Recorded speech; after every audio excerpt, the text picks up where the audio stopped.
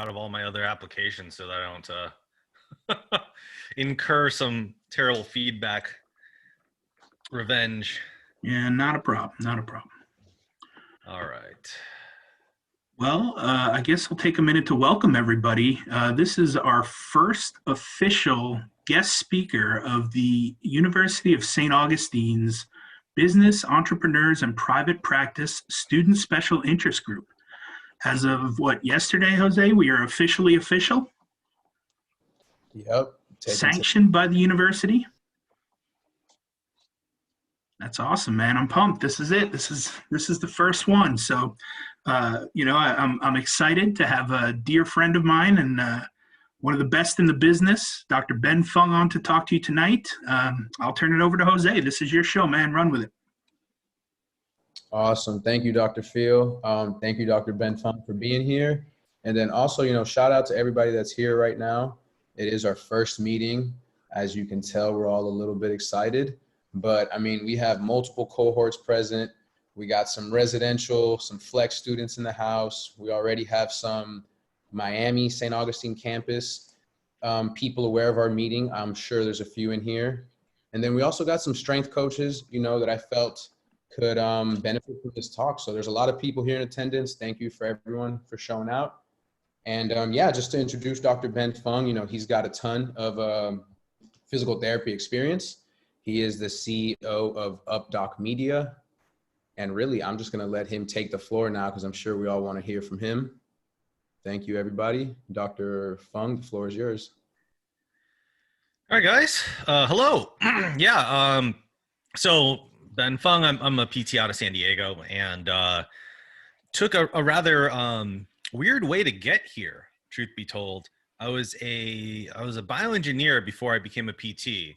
And I was like a surf bum, bartender, soul searcher between those two things until the clinic I was volunteering at basically told me to apply for a job and get a real one and then eventually become a full-fledged therapist.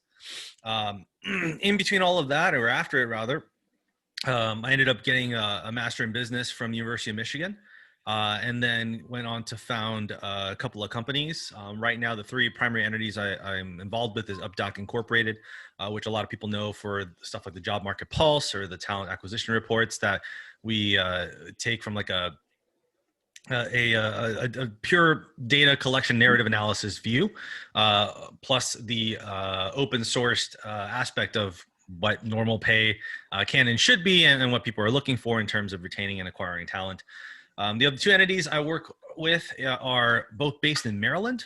They're both clinic operations. One's a fitness clinic hybrid called Recharge, Modern Health and Fitness, and the other one is Restore Pelvic Health and Physical Therapy.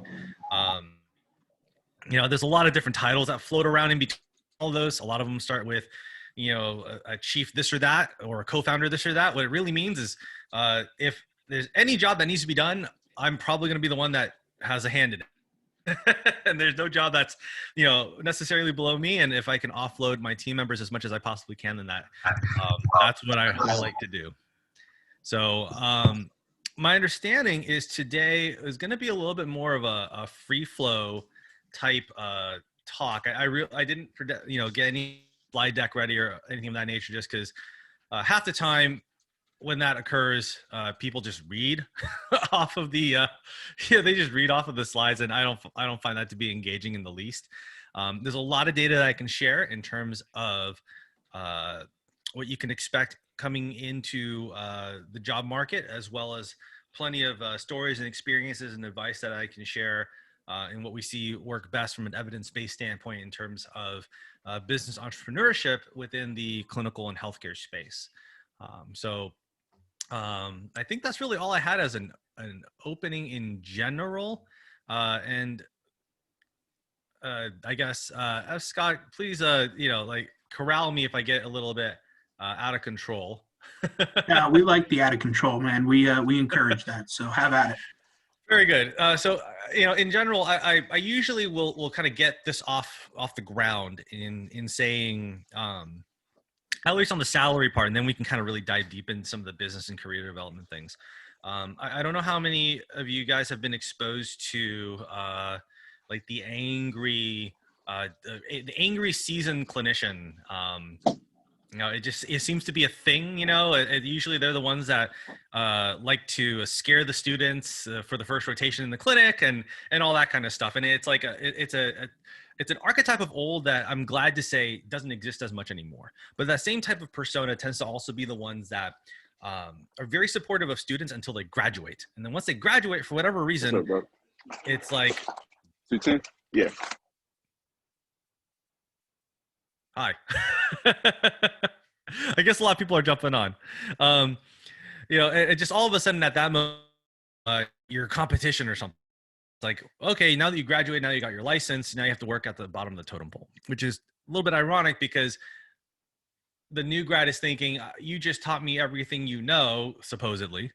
It gave me really good marks on my clinical review for the affiliation, but all of a sudden now that I've learned everything that you have to teach me in this short stint of time, I'm also now worthless. It's just this weird dichotomy.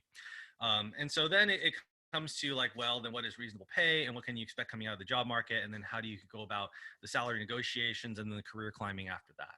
So I can tell you that I'll put it in the chat right now. If you guys haven't seen it, you can go to updocmedia.com/job-market-pulse. And this is a database that I personally run. It's many thousands of data points old. It's like 6-7 years or so in the making with various additions. And we're about to release the 2022 kind of quote new year, like early part of the year release on the heels of CSM.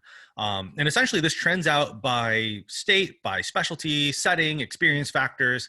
Sometimes a specific zip code if there's enough folks that drop it in there in the raw data that you can actually find for yourself what a reasonable pay can be in the areas that you're looking at. It's a very powerful database. You do have to sign up for it. So the cost is your email and potentially getting spammed from yours truly, which honestly, I don't even remember the last time I sent an email out. So it's usually pretty few and far between unless we're inviting folks to sign up for a survey or add data to the survey database. From there, one of the things you should really appreciate that there is a trickle down effect in our industry, right? Our clinicians are part of organizations, whether they're small solo private practices or they're big hospital divisions, and they get reimbursed or paid or get revenue from having the license and giving skilled care, right? And they do all the Medicare and billing and insurance stuff or not. If you do out of network, that's fine too, or cash, whatever the case is, right? You generate money, and then a portion of that money needs to be used to keep the lights on and for work comp insurance and all that kind of stuff. And there's all these different enumerated costs of overhead. And then the quote remainder is split between company profits and the cost of labor. And so there's a big question of what that cost of labor should be. But before we even get there, we actually have to understand how much we actually get reimbursed. That's something that you can actually look at the PT payer report too. Actually, I'll find that for you guys too. The nice thing about being able to do this all at the same time. I think the latest one, it's slightly old. Looks like it's the summer data pool from 2020. I'm gonna put this in the chat as well. It looks like the other one didn't fully push through. So I'll try to find that for you guys. And actually there's probably a summer update for the pulse that gives you a little better view of what that can be. The realities is this: there's an incredible regional effect when it comes to how clinicians get reimbursed based on setting and based on geographical location. And that's fairly well outlined in the pulse as well as in the payer report. The key idea is this: depending on where you work, you may very well be reimbursed $250 per visit. Other places might barely break $70 per visit. So if you're thinking about that as a percentage of what a company can afford, or maybe what you can afford to pay yourself, if you're going to go into private practice and then pay your team, that changes the lens a little bit. For wherever they're getting $250 per visit, like I want to live and work there, right? Like that's the place to go. And for the most part, Minnesota typically leads that charge. The race to the bottom, depending on the state, really just depends. And there's even regions within the regions of each state. So like there's pockets of, say, New Jersey that pay very, very well. There's pockets of New Jersey that pay very, very poorly. New York City pays very, very well. Upstate New York, awful. right? I wouldn't want to open a practice in Pennsylvania. I wouldn't necessarily want to open up a practice in some of the suburbs of Chicago, because in Illinois, it's a very strict and constrained practice act, and there's other things to consider with there. So in those states, you can necessarily expect that the reciprocal percentage going to the clinician is going to be quite a bit lower.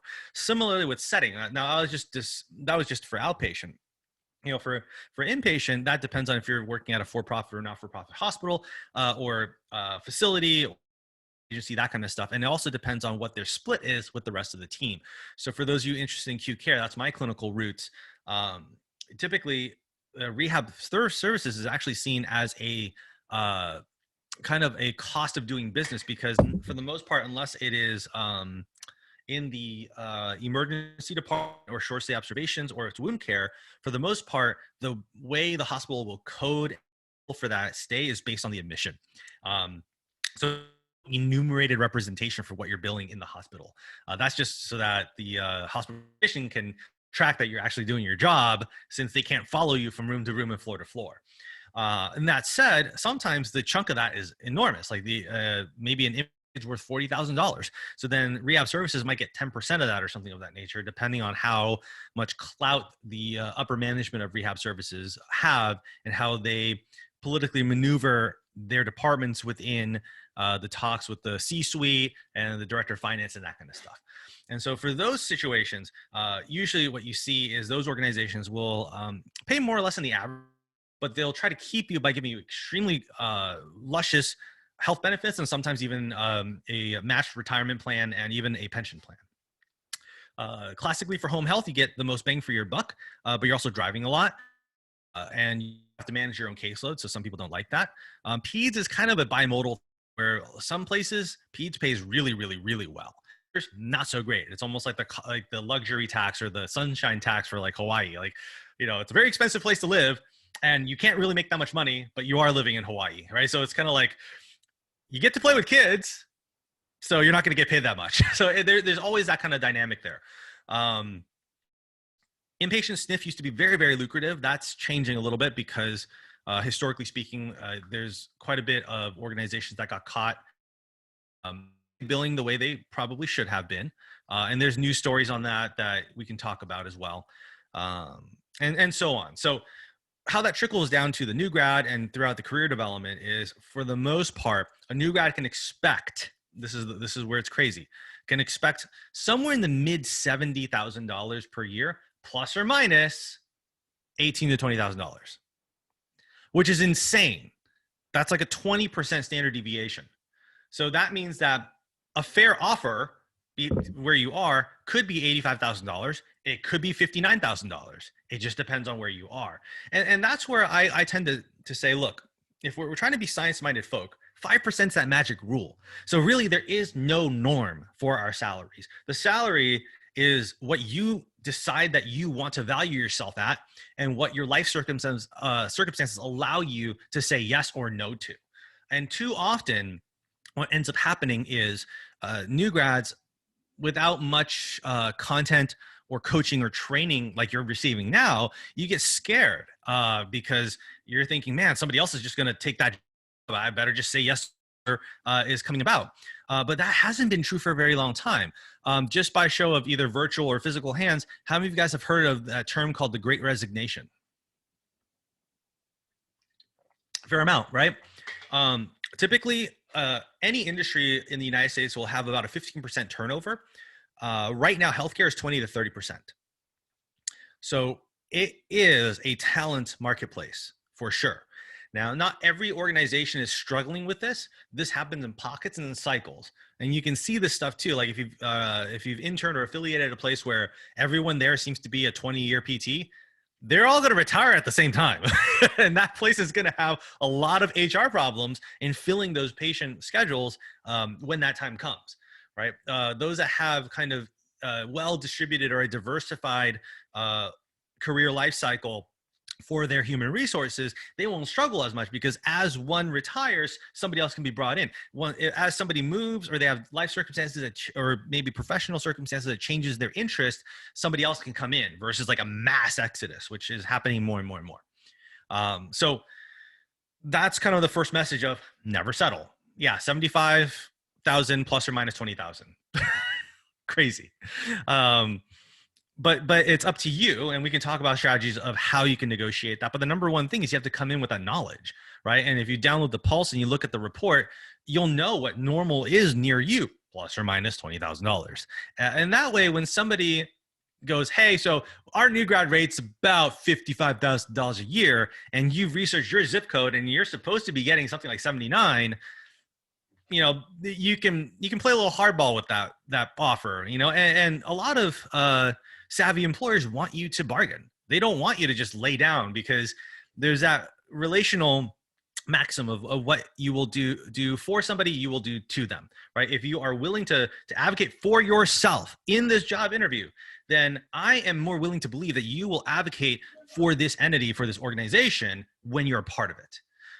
There's a lot of that kind of soft skill buy-in that is a big deal when it comes to interview and salary negotiations, and being able to hold your ground in some of these things. And there's also offers that are too good to be true, and there's been a lot of those popping up lately. That's actually, here's another thing. We run something at UpDoc called the Corporate Quality Index. That is an open source, again, and anonymous, so it's safe. You're not exposed to anything. It's a survey of multifactorial employer qualities. So it's not just like out of 10 stars or out of 5 stars, how happy am I with the employer? It digs into, say, organizational culture, or are they a responsible corporate citizen, which a lot of times translates to, are they billing in a way that I feel is ethical, right? Versus legal. Do they value their workers, and can I trust my manager? So all of those things can put into play. So, I know that I'm shamelessly putting out my reports out there, but it's free, and B, it's stuff that I wish I had as a new grad. So it's there for you guys, and you can use it or not. The last bit I would say translates into the career development stage. There's a lot of folks that say it takes you about 5 years to get your footing. Yeah, maybe. Time to me is a vehicle for value. It is not valuable by itself. Let's think about billing terms, right? If I'm doing ultrasound, or if I'm doing unattended eStim for 8 minutes, it's not a very valuable proposition, both financially or for the patient. But if I'm doing, say, neuromuscular reeducation or evidence-based manual therapy for those 8 minutes, all of a sudden it's actually very valuable, both financially as well as to the patient. And to me as a clinician, because there's only so many times I can wave a magic wand hoping somebody will believe it before I stop believing in myself. So all of that has to be put into consideration. So with that, I don't think it necessarily takes 5 years. I feel like it's all about quality, not quantity. It's about the quality of the years on the mat as much as it is the time in industry. And you'll see a lot of this, especially in continuing education courses that focuses on like the newer evidence, especially in differential diagnosis. That's usually where you see a lot of the younger, and I mean younger as in younger in your career. There's a lot of DPT students that are in their 50s and they're like 4th or 5th career path. I met plenty of those folk and warmly welcome them as colleagues in the private practice section. And it's just what they feel is their right path, and that's what they want to do with their lives, despite them having to take a second mortgage on their house to do school. It's just, there's that kind of colleague in part of our industrial makeup. And, for them, when they take a look out there, they have plenty of that experience, even though they're young in their PT career. That 1 or 2 years in, they also bring in all sorts of other life experience. They might have been a senior vice president for something and has that acumen. So, this, again, my encouragement to you guys, not to feel small, not to settle, but to realize that there's an incredible amount of uniqueness and innovative charge that new grads come with. I remember back in 2013, I was talking with a bunch of new grads at the San Diego CSM, and I was telling them, guys, like, way more than I do, like way more. My DPT was very different than yours. In fact, I kind of don't want to show my DPT around yours because so much more than I do now, right? And that's a compliment as well. I know Dr. Field can vouch for this. As an educator, that's how it should be. right? Each subsequent iteration of the teaching and learning process should be better. If we're only teaching the same stuff that we learned 50 years ago, then gosh, like we've done really poorly for the educational process and the profession. So it can be what it needs to be. And it doesn't have to be 5 years. It can be 5 months. It can be 5 weeks. You know, I knew that I was ready to move on and move upward within the first 9 months. I was a new grad because I was doing stuff at that time that people that were in part of the hospital for over 20 years have yet to achieve, right? I was being featured on local news stations and I was the first person in that department to ever be done so. And I don't feel like that necessarily a coincidence. I think it has a lot to do with perspective and drive, a little bit of luck, maybe a luck, and a lot less. Well, it took me 20 years to get here when it really took me 9 months. And then when it comes to opening your own practice, that's a whole nother can of worms that we can definitely dive into. Bottom line is you have to realize that nothing about opening business or being an entrepreneur, which are slightly separate things, is comfortable. Many times you're losing more money than you're making. Many times you're paying yourself less than you're paying your employees. And that's just how it starts, because doing this has more to do with how you live your life, how you control the 24 hours you have every single day versus, making millions and millions and millions of dollars. There are ways to get there. Some are more ethical than others, and some are more efficient than others. You'll get there faster or slower. And I remember a professor told me way back in the day, there's one time where he built and sold a bunch of clinics as a single practice package. And it took him many, many, many years. Other times it took him like 2 or 3 years, and he just kind of made a career out of doing that.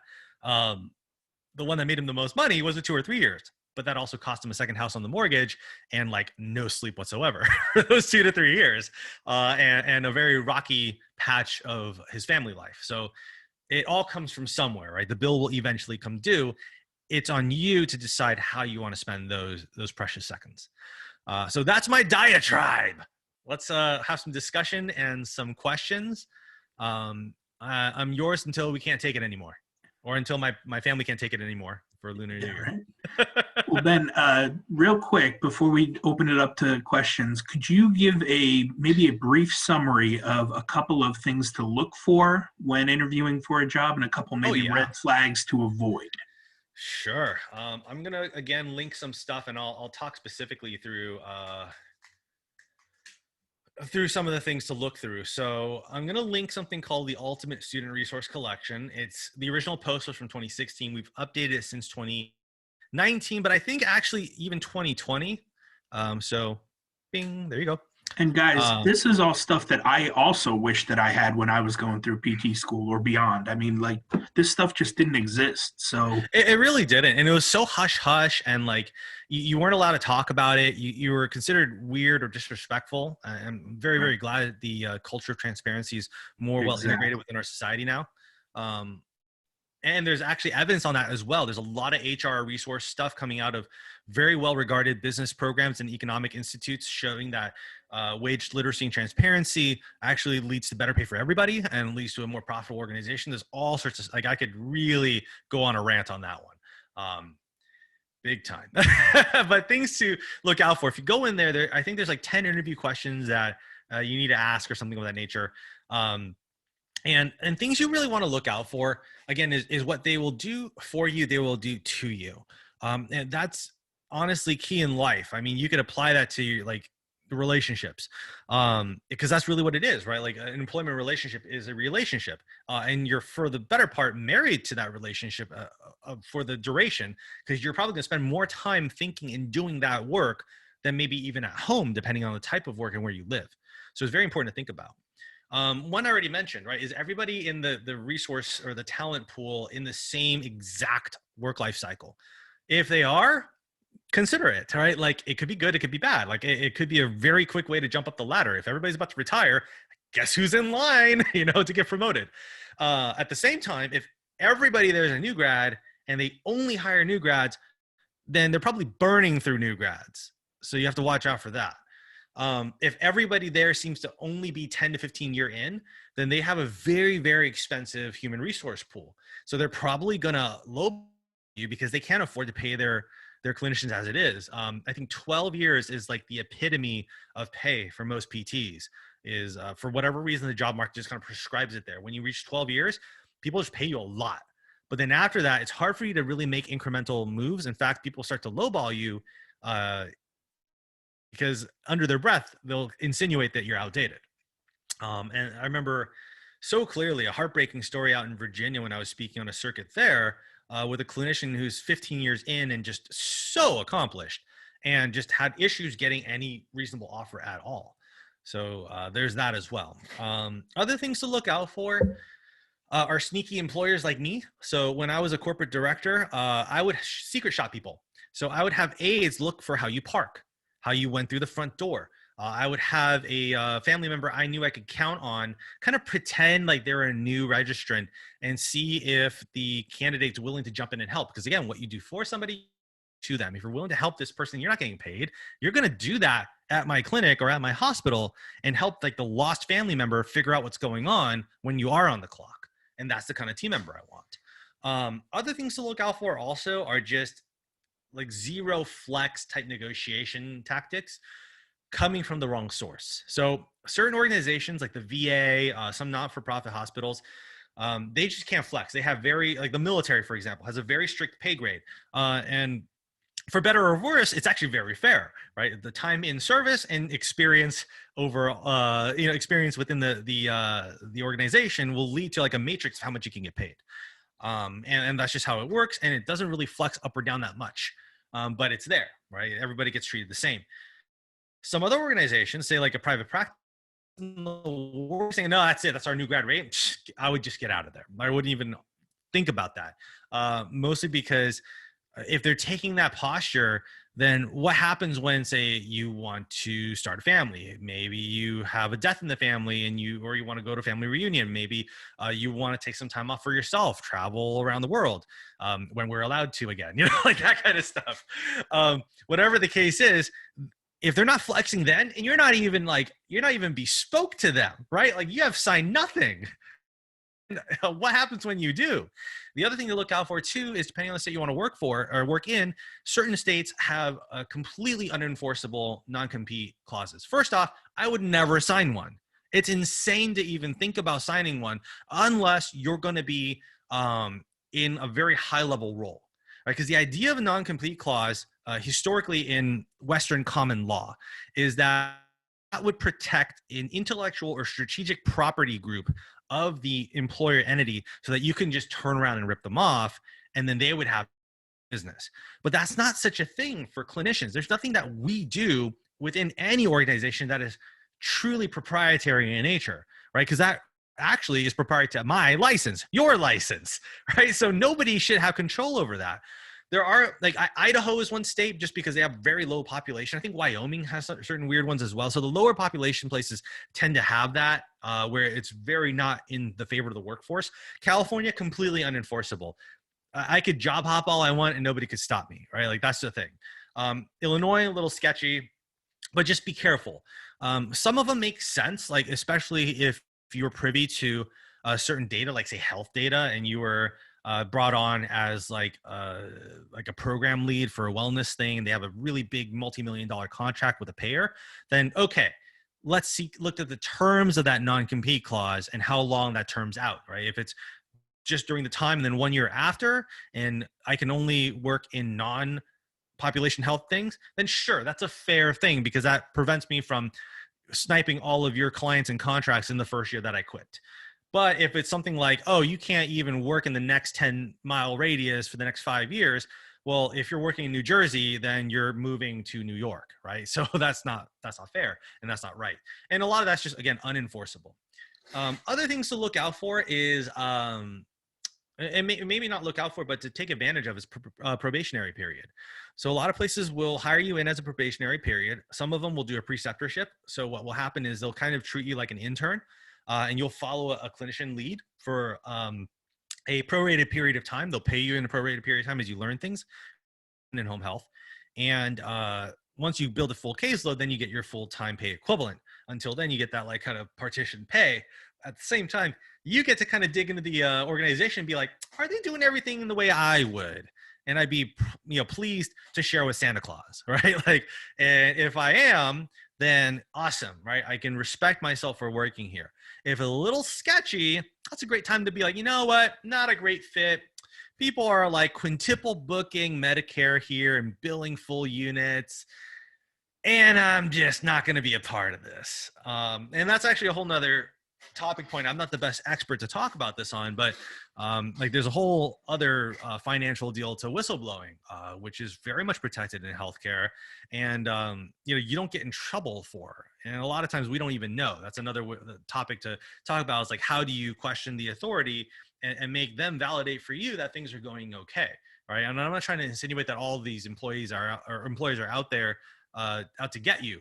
In fact, the data most recently since pandemic shows the opposite. They actually really care. Like most employers very much care about their workforce as their number one priority. But that again, a lot of it has to do with bad processes, bad ways of communicating between management tiers and workforce. One final warning I would say has to do with just general turnover rates. We kind of mentioned it before with like, if it's all new grad populations, like that's probably not a great sign, unless there's a good reason for it, right? This is a brand new clinic chain. We're just growing. That's fine. But if it's like the same place over and over again, they've been around there for like 30 years and they just burn through people like every 6 to 15 months, then you probably don't even want to bother signing in there. And that's also pretty common with like a clinic director or like a rehab director or director of rehab at a skilled nursing facility. Is if you're burning through these roles every 9 to 15 months, then you probably don't want to go there. Well, that is a solid list. Some great information. Let's open it up to questions. Anybody have any questions? Fire away. Yeah, I had a question. Sorry, go ahead. Sorry, I don't know who that was. But it was a quick one. You kind of lost me on the probationary period. Mm-hmm. So are you saying this is something in that interview process that we can kind of ask for to kind of try out the job? Some places will have it embedded in their like onboarding process of a new hire. So they will say, oh, okay, well, for new grads, we have this onboarding system where you're in a 60-day probationary period. You can leave for any reason. We can fire you for any reason. And actually, most states are an at-will employment state, which means you can leave for any reason. They can fire you for any reason. No need to, like, there's no need for notice. Like the 2-week notice thing is very much Hollywood. That doesn't exist in most states on a legal level. Professionally speaking, it's fair etiquette. I don't feel that it's necessary. And it just, again, it just depends on the conditions thereof. But that said, to answer your question more directly, it really has to do with employers that have found benefit in slowly bringing their new hires into a full caseload, depending on the setting and the specialty. You can ask about it. You can go, hey, look, I was wondering, do you guys have any kind of preceptorship or probationary period for new hires? Maybe you can save a little money. I can suss out the situation. I can build up a full caseload in a more stress-free environment. That way I'm efficient, you're efficient, and we're all very happy. And that just sets everybody up for success. Some will say, boy, that's a great idea. Would you like to pilot it? Because they probably haven't thought about it before. Others will say, oh yeah, we have this, or we just don't. We need somebody that can take a caseload like tomorrow. And just be wary of that. I would push back on that. I mean, there's very few clinicians I know that can jump into a full caseload at a brand new clinic or a brand new employer, despite the setting being the same. And really jump in and just have no problem with it. It's a rare composition. Usually you're pretty in over your head, no matter what the case is, for the first week or two. Awesome, thank you. That makes sense. Yeah, Erin, did you have a question? Yeah, I had a couple questions actually. Thank you for offering all that info. This APTA physical therapy workforce analysis from 2020 and saw those like broad numbers. And so I'm sure your information will help to make them more specific. But one of the things I saw from that workforce analysis was this supply and demand graph of like the PTs there will be. And I wondered if you had any comment on that. And then Yeah, I I remember this also coming up when it first came out. I got tagged a whole bunch in like Facebook groups and on Twitter and such. Um, so like the APTA does really good work for what they do. Um, we have to respect the fact that they're a little bit more kind of PR and academically oriented. And for me, when I'm looking for the cutting edge or leading edge trenders, I look at investors because they've made an entire career, millions upon billions, betting their money in the right direction almost every time. And so when I see those kind of analyses, like what I sense in the data collection and publication analysis and such, is that they're kind of working proactively, but with retrospective data. I don't doubt that there's going to be a little bit of a shakeup in terms of our workforce composition, but at the same time, when I look at the investors out there and how many companies are just pouring money into PT practices, I'm not as kind of fearful. I remember, I think 2020 was like a bad report year. I want to say maybe 2018 also had like a funny year as well, where they were showing, the supply and demand going to be just be like way too many students in like 5 years or whatever it was at the time. I don't really foresee that as such a large problem. My perspective really comes from more of a industry insider lens, where I haven't seen investors divest from PT entities. And because of that, that tells me that they still expect to make money. So they still expect our profession and our sector of the healthcare industry to grow. In terms of the specifics of that report, I wasn't involved with it. So like, I'm not going to say, good report, bad report. I could just kind of say for what it is for their lens. No different than, some of the reports I personally generate, where it's, I gather data from people willing to share. People willing to share usually buy into culture transparency. People that buy into culture transparency tend to fit into certain, call it cultural and demographic brackets. And so there's going to be a skew of that narrative data as well for the stuff that I release, which is almost my top 1 or 2 lines or bottom 3 or 4 lines in every report we release is, yeah, our data is totally biased because I can't not be. But here they are, and here's your raw data for you to scrutinize for yourself if you'd like. So that's kind of where I see things. I would say if there's any concern, I'm a little bit more concerned about the PTAs, not financially, but because of the perception of it, right? Because their reimbursement is getting cut. But for a lot of states, that's still more profitable than a PT. So I feel like some of that's really a bit more public perception than it really is the financial realities of it. So overall, I would say kind of a turbulent era of our profession overall, and a turbulent era of healthcare, because the pandemic essentially exposed overnight what was and wasn't necessary. Like, did I really need to go into that clinic today? Yeah, we could just do this right now, right? Just charge this. So I think that's really what we're seeing. I think we're going to see a lot more data driven and population health driven payment schemes, as well as scrutinization of perhaps individual clinicians on how good they truly are to groups and populations of folks. So that's kind of like my overall commentary on that one. With that last little part, do you think that that scrutinization is increased or amped up with the cash-based business versus one that takes insurance? Like that well, it's hard to scrutinize cash pay, like true cash pay, because there's no real publication or tracking of data, right? Like the data is yours and the data is the patient's. For insurance and certainly for CMS, yeah, that's very much trackable. And that has always been like the philosophy of use when it came to Medicare doing their G codes and then PQRS, these like various like billing data collection, incentivization stuff. I think really what you'll see more is the larger payer groups are going to get scrutinized first because it's easier. Right. And then what will happen is we can use that as a use case. Like if I'm a regulator, I'd use that as a use case to be like, look, these 1,000 clinics have done it this way and they're doing yay or nay, depending on the situation. So now I'm going to implement that as policy for everybody and measure the financials before and after, with not necessarily any regard for what the smaller person is or isn't able to do. That's a whole nother talk in terms of like banding together.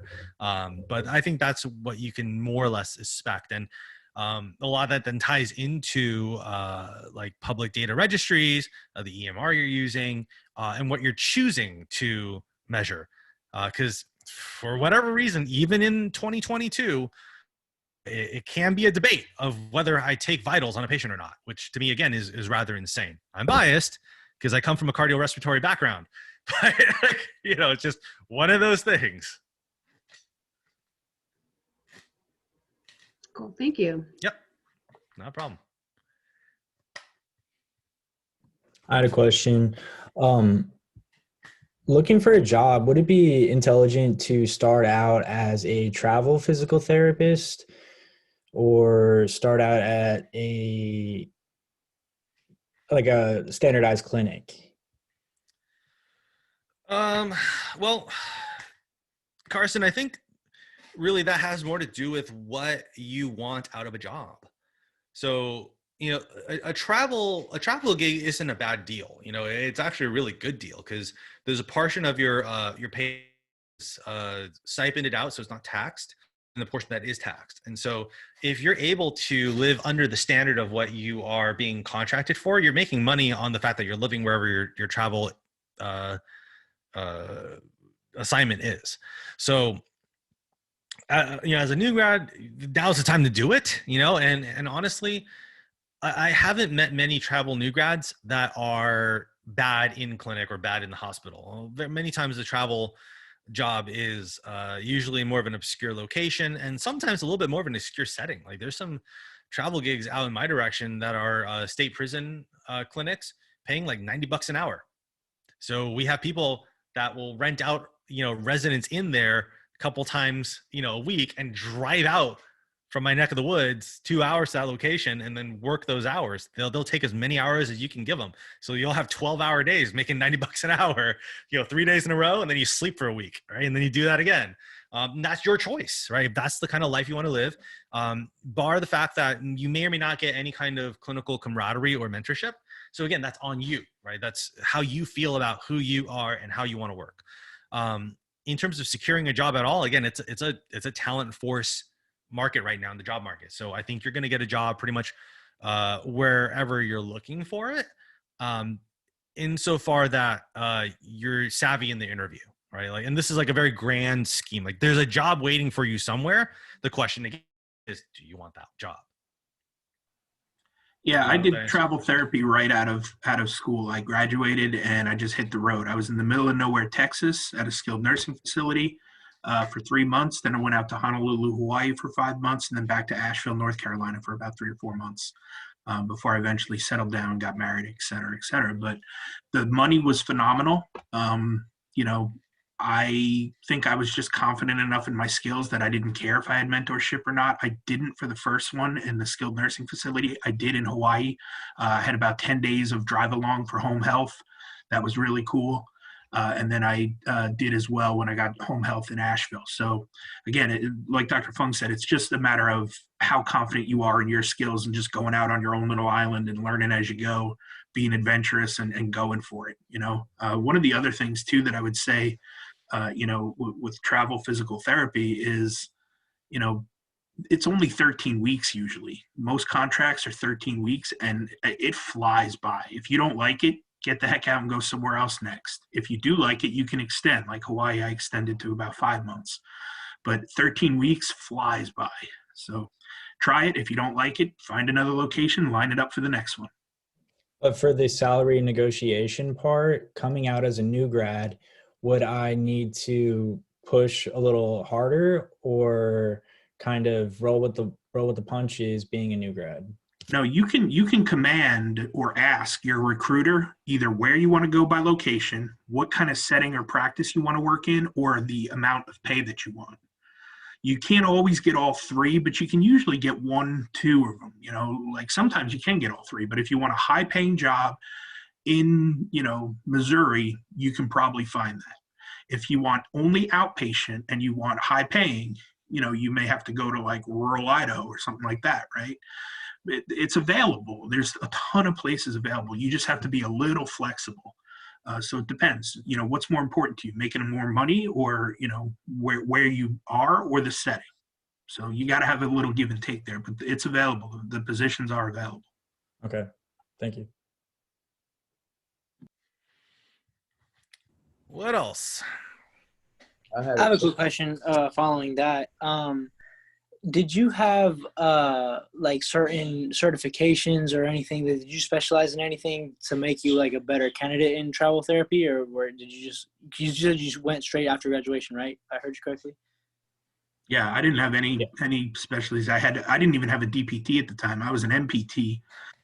And I think it's like Ben said, it's just being confident on the interviews, right? Especially with travel interviews. They're very short. They're usually over the phone. They just want to make sure that you've got a pulse, a license, and like you're a pretty good person. You know, like they're not looking for too much. It's usually they're in a pinch when they need a traveler, either a maternity leave or you know, somebody just quit real quick, or, you know, retirement, and they're looking for somebody to replace it. In the interim, they need somebody to work, or they're just completely understaffed and they just need help, you know?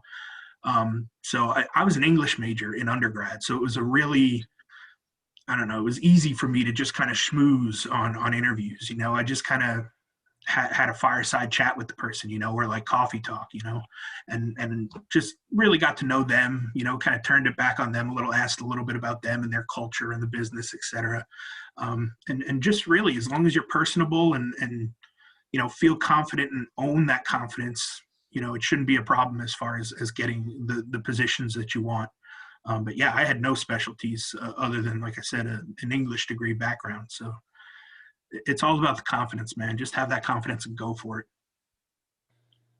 Well, thank you. Real quick though, one last thing. Is there like any recruiters that you like would steer away from, or did you have a good experience with another recruiter? Because I know there's a lot out there.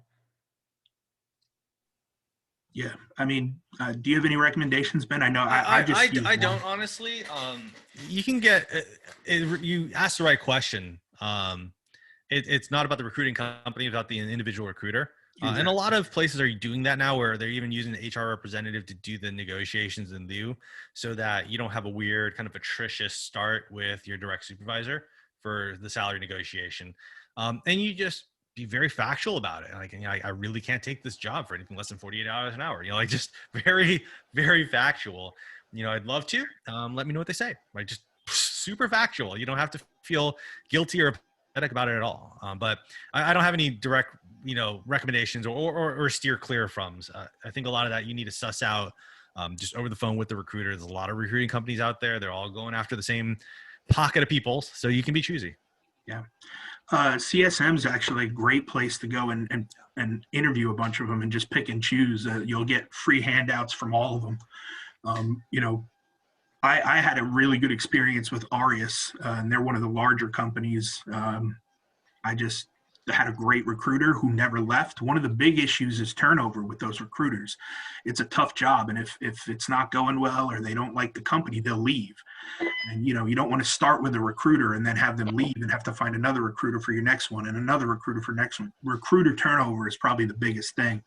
And I didn't have any issues with Arias. And, you know, on top of that, every company out there is going to give you a referral bonus if you refer people to their company. So, you know, I always just refer to that one company and that one company only, just because that's my personal experience. There's other companies out there that are great. But Arias has been doing it for quite some time. They've got PT, OT, speech, and nursing. You know, they're one of the leaders, I think, in travel therapy. So that's my go-to, but it's only based personally on my experience. Thank you so much. Yeah. I had a quick question. Earlier, in response to Aaron's question, you mentioned, you know, look at the investors, you know, follow what they're doing. And then to that, I just questioned, like, who should we be paying attention to? What company should we be following in that aspect? So what you want to do is you want to follow like economic journals and investor journals. Look specifically for private equity. There's a lot of firms out there and they constantly buy each other up. So there's no like single person you want to look at, unfortunately, because that's just how that world works. Like, so often you'll have one private equity company build up a portfolio only to sell it to another private equity company. So really what you want to do is go onto your mobile browser and just start searching for private equity physical therapy. and just open up like a million tabs. Okay. Let that sink into the cookies. And then I promise you within a week or so, get nothing but those articles. And that's honestly one of the ways I will have that, and just these articles will pop up and pop up and pop up. I'm also subscribed to some of their newsletters so I can get a feel for them. And then you just kind of keep your ear to the ground on some of these areas, because people will make a splash. Like one group right now that's making a huge splash is Get Luna. Luna is kind of like a mobile dispatch, outpatient at home type circumstance right now, where they kind of crowdsource clinicians, and you hear very, very happy things from their clinicians, but it's also a young entity. So I don't feel like it's been fully proven, but it's making its rounds very, very, very, very, in a very big splash way, kind of the way physical was maybe 3 or 4 years ago, where just like franchises were popping up left and right and everywhere else.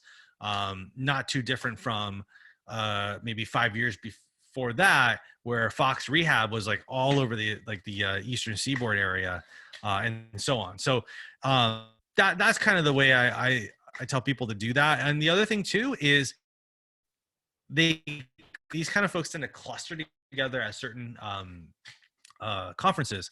So PPS is one of the bigger ones. Is you can go there.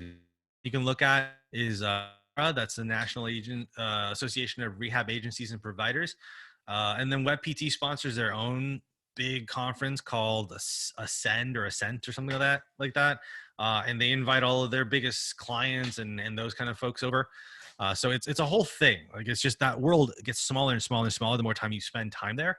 And you'll hear about ones that are good, and you'll hear about ones that are bad. Bad tend to get some notoriety, and then they end up in the news in a very unfavorable way, like 3 years later, like clockwork. Yeah, I'm thinking about Health South, ATI, some of those big names that we went through in the physical therapy world back in the day. When I was in my final clinical rotation at Health South was when the CEO ended up getting busted for fraud. He was taking helicopter rides everywhere and, doing those unethical things that Ben talked about you want to try to avoid.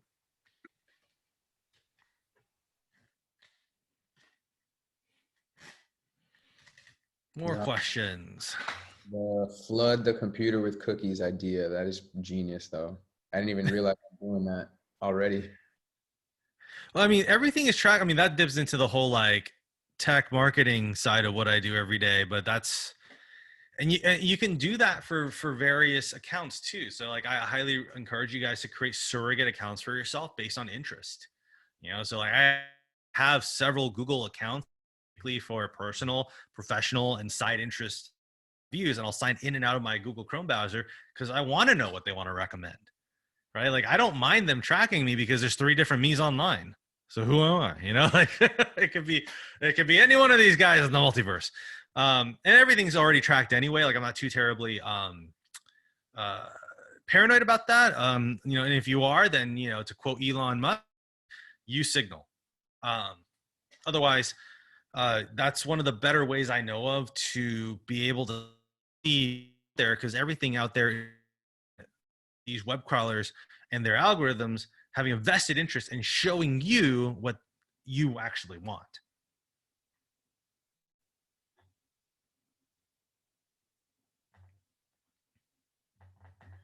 So you mentioned the Great Resignation, and I just heard that term for the first time last week. So I raised my hand, but I'm, just learned it, and I kind of didn't understand what your point was about it. I thought you were going to say like that it's a good time to negotiate because of this, and is that the kind of the main message? Yeah. Okay. Yeah, it's a workforce market right now. Like, there are more jobs to be filled than there are applicants. More people are leaving their work or quitting their profession of choice than ever before. And it's mostly Gen Z and baby boomers that are doing this. The millennial, like the geriatric millennials, like myself, as well as all the other, spectrums in between. It's funny because those that are kind of like reverse ageist talk about millennials as if they're still like tweens, but most of us are like pretty much 40 and have kids and a mortgage and that kind of stuff. So it's really weird. There's that weird perception. But bar that, yes, it's a good time to negotiate. It's a good time to ask for things. It's a good time to force employers to rethink what they've been doing, because are they doing it in the way that's most optimum, or just because that's the way that's always been done? And there's things that we're building in the background to help support that on both sides, because it's required, in order to really stabilize the industry and the job market at large. So yeah, now's a great time to find a place that you want to hang your hat on, and ask in a confident, not aggressive, just a confident way of like, hey, this is what I need. This is what I need to be able to fully invest in you. That way you can fully invest in me and we can make this thing work really well. Right? Because that's really the message of the negotiation process. It's not so much like it's not you scratch my back, I scratch yours. Is how much are you going to allow me to invest in you? Right? Because if you underpay me, I'm going to have to find per diem work elsewhere. That's just a fact of it.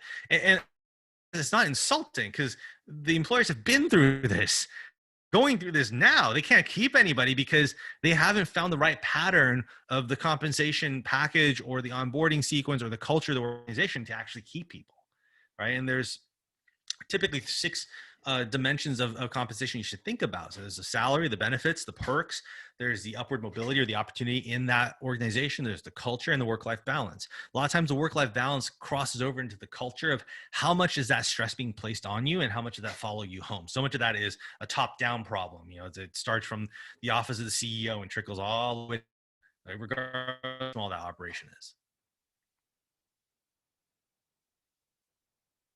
Yeah, it's a good time to ask. One of the things too, I just wanted to bring up and mention real quick, Ben, was something that you had taught me years ago when we first met. Was and this was a tougher market back then, but what are some of the things that make you stand out, amongst all the other PTs? And it's not necessarily CEUs or certifications or specializations, but what's something you can bring to the company that may be a skill that's maybe outside of physical therapy a little bit, And I know a big one for me was learning lead generation and Facebook ads and Google ads. I didn't know how to do that stuff. I had to literally take courses just to learn that stuff. But once I had that stuff and I learned it, right, I could then offer those services to that company as a way for me to kind of show my value above and beyond just like, hey, I can make you some money as a PT, And there were a lot of little like tricks of the trade that you could bolster outside of the world of physical therapy and learn, and just thinking of other outside the box ways to help that clinic or bring in new patients or whatever it may be, something that just makes you stand out just a little bit that you can kind of put on your resume or make as a talking point during an interview is super helpful when you're looking to start those negotiations and ask for a few thousand more because you can do this and it's going to bring in extra revenue or something. Yeah, I'd like to add on that too is consider, this is something here in the marketing world a lot, consider your unique value proposition. That's probably best quoted from Alexander Osterwalder's business canvas model. He's like a Danish, I think, kind of a super business whiz. And he described the unique value proposition, I quote it to this day, as the job to be done, the gain that you can make, and the pain that you can kill. And that can be the way you convey your value to a patient, and that can be the way you convey your value to an employer, and that can be the way you convey your value to, say, a payer. That's actually one of the ways that I kind of like call it like a lifestyle, like from the game of life. One of like my earlier career achievements was I was able to negotiate up an insurance contract the first management job that I was at, because the nurse, insurance case manager, insurance adjuster, she kind of had these multiple roles. She was just super salty, like so salty about everything. And I was like, what's the deal? Like you can't be mad at the world, right? It can't be the whole world. Everybody loves ice cream, right? Like, come on, so give me something. And it just turned out that she was getting ridden on by her boss because her utilization dashboard was always in the red. Every single contract that she was in charge of was seeing patients for too long a time. And I was like, that's it?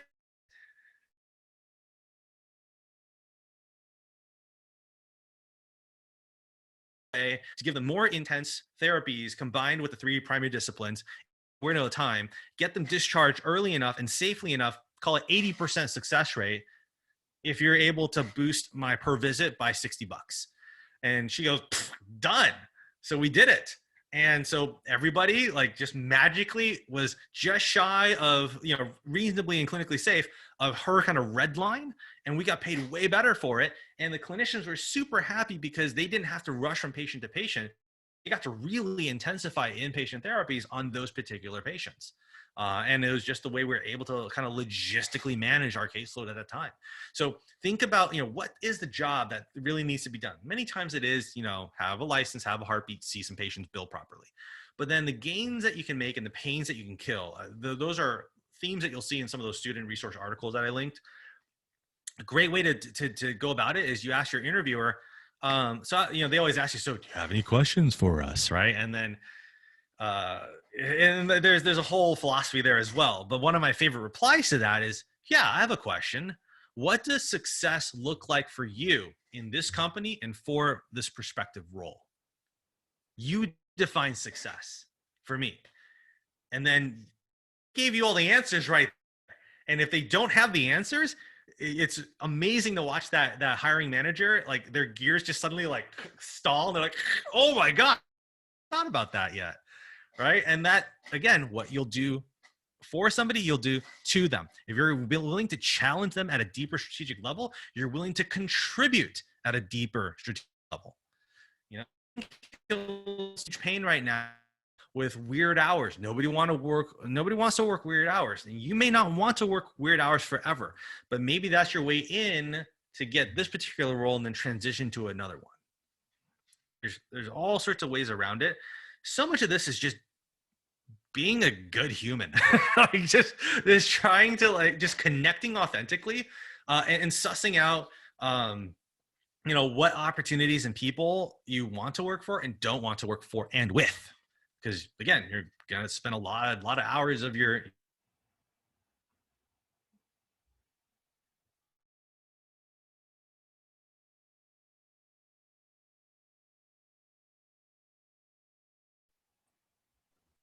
Uh-oh, do we lose him? Yeah. It's been a bit shaky for me for a little while. Yeah. I feel like a bobblehead over here. I'm just like agreeing with everything he says because it's so true. So hopefully we'll get him back here and we'll wrap for the night. Yeah, definitely. I had a question though, man. I mean, you could definitely answer. You guys talked on the non-compete, so that's presented to us. Do we just like ignore it? Just say, no, that goes against what we believe in? Well, I would definitely take it and, ask if you can review it.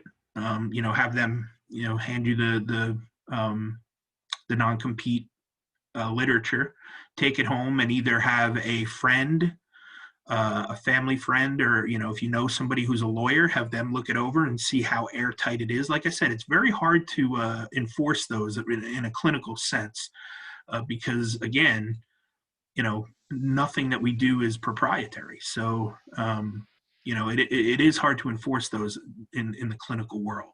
People try. And the main thing is, look, again, it comes back to just being a good human and a good person. They don't want you stealing their patients and taking your patient load with you, So if you want to leave them and start your own business down the street, that's fine. You probably just can't take your client list with you, right? And if you were to start from scratch, it would probably be pretty hard to come down on you for that. But again, I would run it by a lawyer first and have them take a look at it and see how airtight it was. And then again, even if, let's say it's an outpatient facility and you have a 1-year non-compete beyond that, right? Well, then go do home health for a year and let it lapse. If you're really that concerned about it and the lawyer says, yeah, you can't get out of this one, man. All right, then, again, go do something different for a year to get you off of that non-compete and then boom, start whatever you want to do after that. Sorry, Ben, we lost you there for a minute. No, all of a sudden I saw every face freeze except for mine. And I was like, oh, that means it's me. Yep, you're the guy. I have a question before we're going to wrap up soon.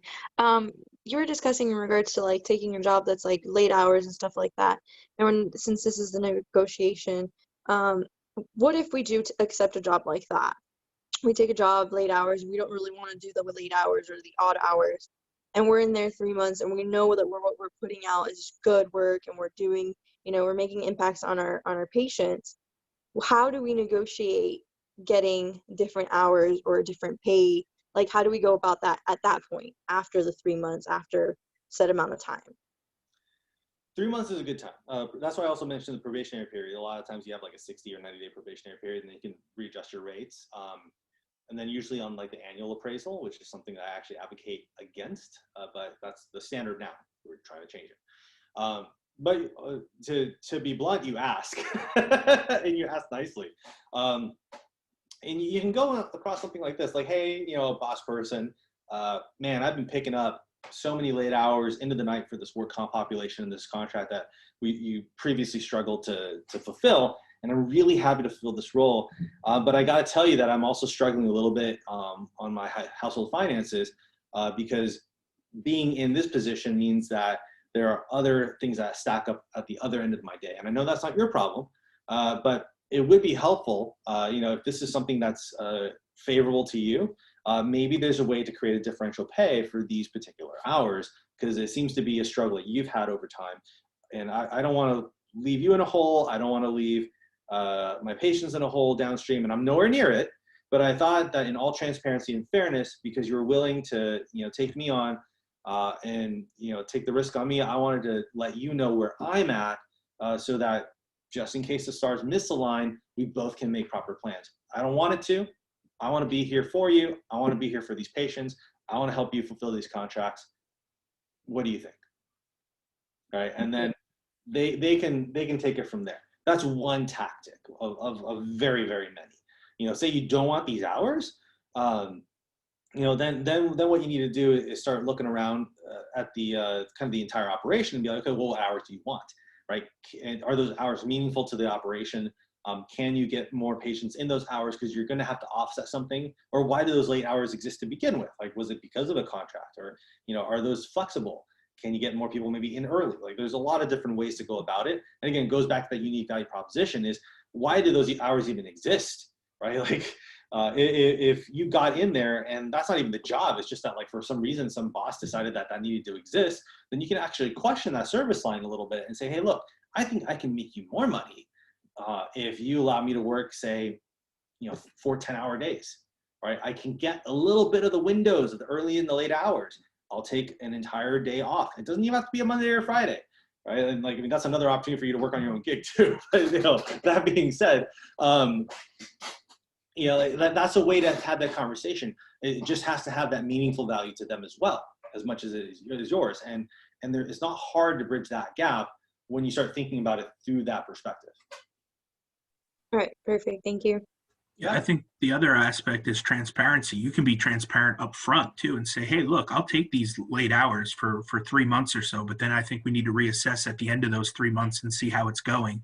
I don't want to fully commit to this yet, but I'll give it a try for 3 months. And as long as we can meet and talk about how it's going and see if it's something I can do long-term or if it's, not going to work for me. So that, again, transparency is everything. So if you come correct right at the front, they know they're on the same page and they know that, hey, we have a 3-month period to see if this is going to work or not, Right. Thank you. Oh, don't be afraid to fail them out. I mean, that's something I've been like, we take on a lot of, we call it executive business development at UpDocs. It's basically consulting, but we have a very focused view of it. So we don't do a full spectrum consulting the way like Bain and Company or McKinsey would do it. We very much focus on the executive C-suite and the executive advisory board type behaviors. And one thing we've been telling them as well is be fantastically choosy about who you interview, how you interview them, and how you onboard them. Similarly, we've been telling the talent, be fantastically choosy about who you apply for, how you interview, and why you say yes, right? Because the mismanagement of that and the disconnect, that leads to all sorts of turnover. That's money lost for everybody, right? It's time you're between jobs. It's time they have to plug those holes. Travel therapy is exceptionally expensive. It's like twice sometimes salary rate as an overall cost. And so, these entities can't afford to plug these holes kind of like whack-a-mole. They want more of a long-term solution, or at least a cyclical solution is actually the new philosophy. So it's very okay to be open about it. And, if they prove themselves they're not worth your time, then don't give them your time, right? And that's the same thing we've been telling employers a lot is there are so many employees out there that fly under the radar very much purposely because they know they'll be exposed, right? They know that they're not as good of a clinician, but they're 18 years in. How can they not be good, right? And so how do we make that opportunity for them to, performance up to where they should be, or maybe performance out to a more compatible setting and specialty? Those are difficult discussions, right? But they're also for the benefit of the patient population as a whole, which really reflects on our industry as a whole.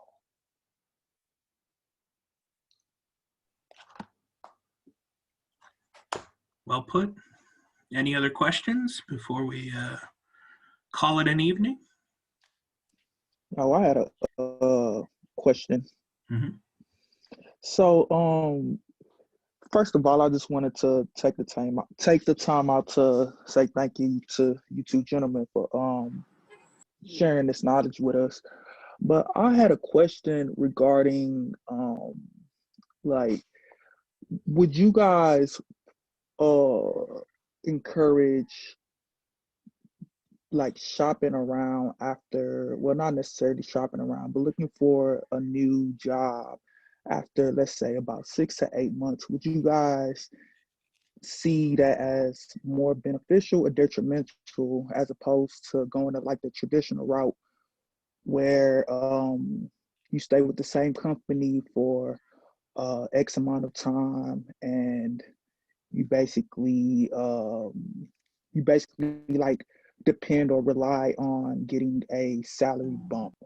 Would you guys rather, like, instead of going from job to job looking for a higher paying job, or would you guys encourage just staying with the same company long term? I knew you were going to have a link for that, Ben, because I already know what the data is showing. I know what my journey was, and I know what the data is showing, so have at it. That's so funny. It's all like, I'm giving this one away. To be frank, look at the link. The title says that employees that stay for 2 years or longer at an employer consecutively for 2 years or longer tend to make 50% less over the lifetime of their career. That is very, very true. Now, that doesn't mean I'm telling you, hey, every 2 years, quit. I'm saying there needs to be a change, right? Because there has to be growth. And often, that's either not made available or that's not taken. And I can tell you, it took me about 2 years to get promoted. It took me about a year and change after that to take on like a larger management role. And then it took me just under a year after that to take a very significant pay raise. So looking around is fine, and gone is a day where you have to stay with an employer for like 10 years to be considered loyal. I want to say the average burnout type turnover rate right now that I'm getting from recruiters is 9 to 15 months for new grads, which is not very long at all. It's scary to me to think that there are new grads out there that are turning over every 6 to 9 months, because I can only expect how much of an overall burnout feeling that is just on the profession at large. So, looking around, there's no problem with that. Switching every year or two, also not a problem with that. There's actually private practitioners that I've been talking with and consulting with that are trying to find ways to just keep that as a norm. Like, I'm going to have new employees turn over every 1 to 2 years, but I'm going to have a very special compensation package and circumstance here to continue that revolving door, so I don't have these big holes that I'm otherwise experiencing with the philosophy of like keeping people 5 to 8 years. So there's nothing wrong with that. Financially, you have a lot to gain to laterally transfer and then the transfer upward. And it's not necessarily considered good or bad etiquette anymore. There's certainly entities that will look at that and be like, forget this, they're a job hopper. Fine. Good luck finding people, right? Like, it's okay. That's their problem, not yours. And for those that are confident enough that are holding on to people, awesome. sadly, there's like through the pandemic, there was Scott, you mentioned it, right? Like, don't take all the clients away and move down the street. We had somebody in our portfolio when they finally were transitioning off service, they had a surprise resignation, and sure enough, took like half the clientele with them. And it was a big surprise because this was like one of their most loyal employees. So it can happen. It's not necessarily advocated for because it's not necessarily good for the profession at large, but that's part of the reality. I think that's why the transparency piece is so important.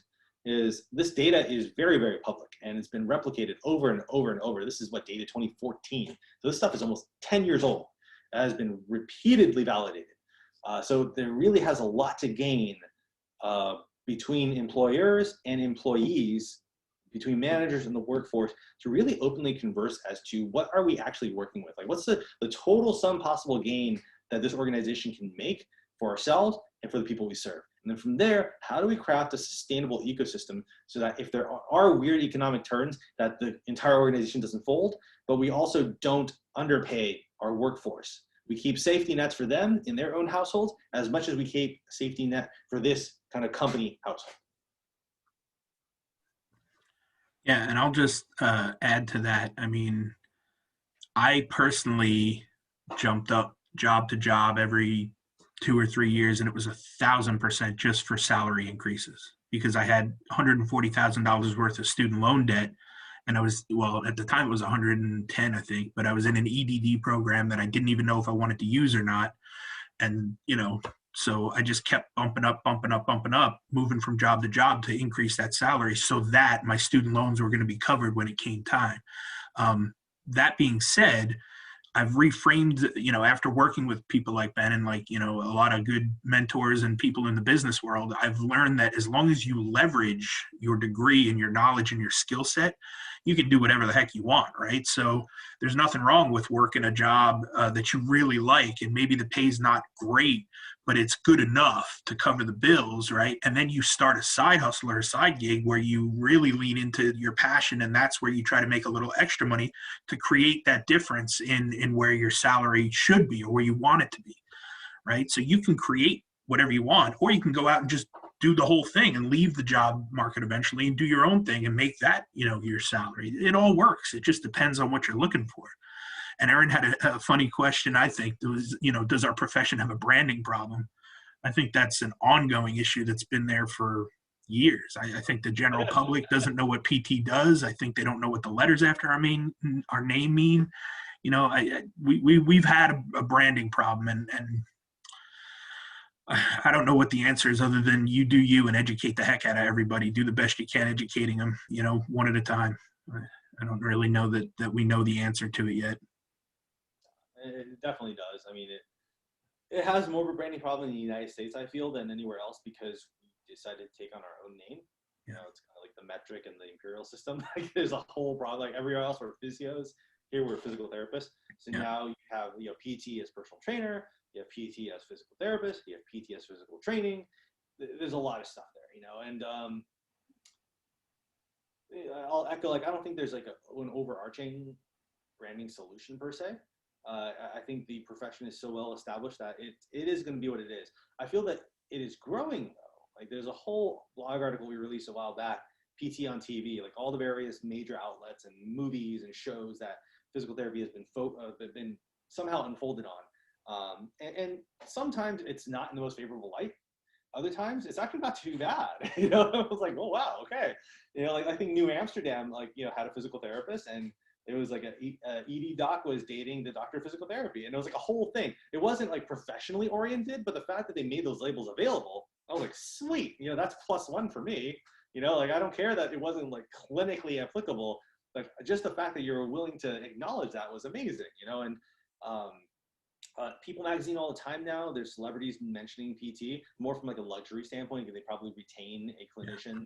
Joe Burrow, the quarterback from the Bengals, after they won the AFC Championship, just gave thanks to his therapist for working, together for months and months to get him back to the championship game and championship form. So, love those PT shout outs. So they really are there, and certainly there's going to be those that think that all we do is work with, say, geriatrics and bat balloons around, or do like heavy lifts with the bariatrics and the acute care. But those are all snapshots. I think the best way to be a good brand representative of your profession is to live that life. And recently, I'll give you an example for myself. I used to study a lot of martial arts, and just because of the pandemic and just moving across town, that kind of stuff, just taking that opportunity away from me. So what I've transitioned into is a backpack fitness kind of cult following called Go Ruck. And it's modeled after military special operations of U.S. heritage. And so I joined this rucking club where you basically just torture yourself with all these different exercises. And what was hilarious to me was after the last 3-hour WOD that we did, one of the people was like, "All right, when's the physical therapy session start?" And I was like, "And I'm gonna duck out, whoosh, I'm out of here. I don't need to be trapped into that one." But the fact was, they knew it was there for them. They knew to feel better after I've made myself feel worse, I need to see a physical therapist. So that awareness does exist, and it's definitely improving. I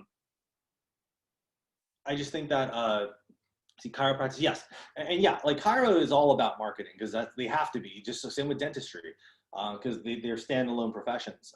We have ridden on the coattails of referral sources for way, way, way too long, where you'll hear even the greatest PT minds, the business minds out there, where are your referral sources? And to me, a referral source is just one lead source, right? Somebody is telling somebody else to come to me, and that is only one behavior of human buying psychology versus maybe them searching online.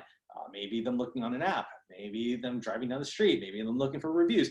Those are all different ways to go about it. There's a lot of rabbit holes that we can dive into.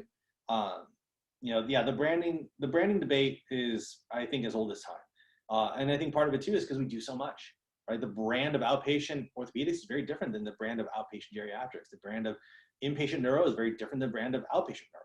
The brand of acute care is very different from the brand of, say, home health.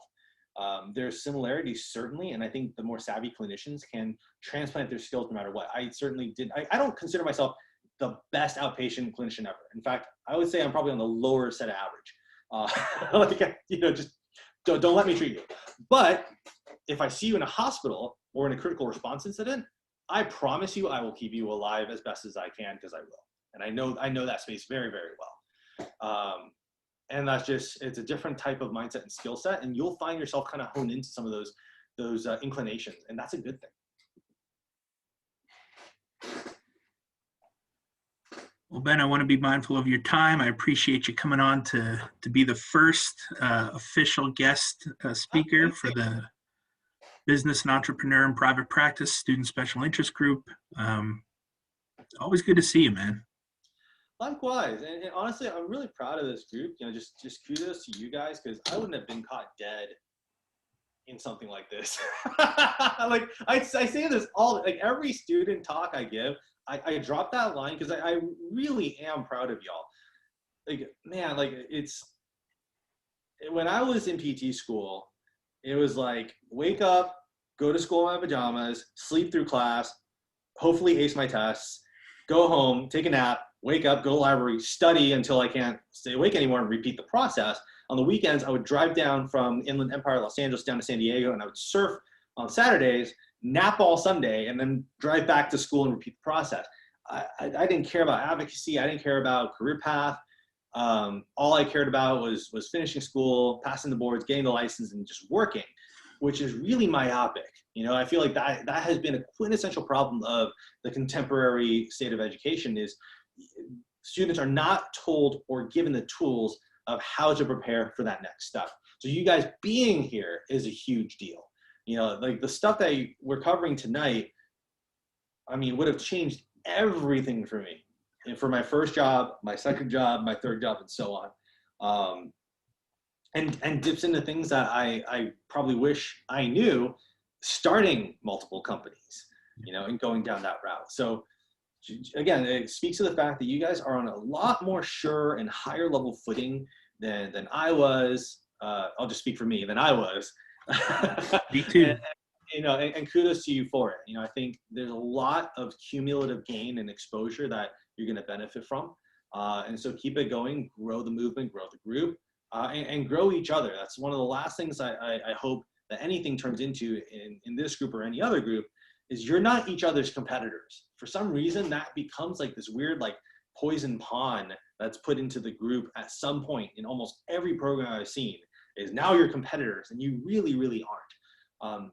Especially when, I want to say, Hadi Janinga might be one of the ones that are more famous for saying this, about like the 90-10 problem, where 90% of people that can qualify for an outpatient visit for physical therapy don't ever go in and have that visit. So it speaks to, I think Aaron, it was the market report that you're referring to, of there's actually a whole bunch of people that need our help. They have no clue. They have no clue we exist. They have no clue that they don't have to take certain pharmaceuticals, or that they can wean themselves off of it. There's a lot of options there, and a lot of value to create, from a human capital standpoint, right? Like, how much more productive can society be with healthier individuals, right? Physically and mentally. And that's so very deeply where we can make that impact, right? In our own lives as brand ambassadors, but also in our patient and our clients' lives as they live out their own, respective touch points and ecosystems. Well put, my friend.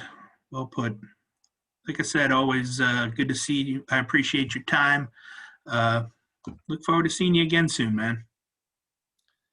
Likewise, you guys have fun out there. And, if you need to reach me, I'll drop my email in here. You can always email me there. You can always go to the many websites that I've put on there. I'm not hard to find. Social media messages, usually a little bit more laggy to reply to, just because I get a lot of them.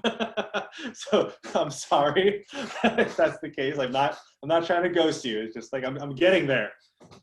A whole bunch of requests I'm trying to push through. So have a good night, guys. Appreciate you having me. All right. See you guys. Awesome. Thank you.